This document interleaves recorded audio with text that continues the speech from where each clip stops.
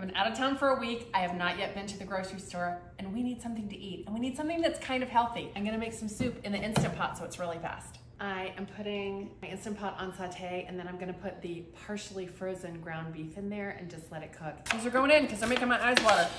All right, I'm gonna add some carrots. If I had chopped carrots, I'd use those, but I don't. Here's my zucchini. I'm adding 4 cloves of garlic that I just rough chopped.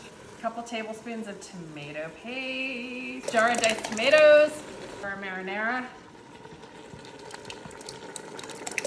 Bone broth. Italian style sofrito seasoning blend from Trader Joe's. I'm also gonna use some oregano. 2 cups of pasta. I'm gonna change it to pressure high, 4 minutes.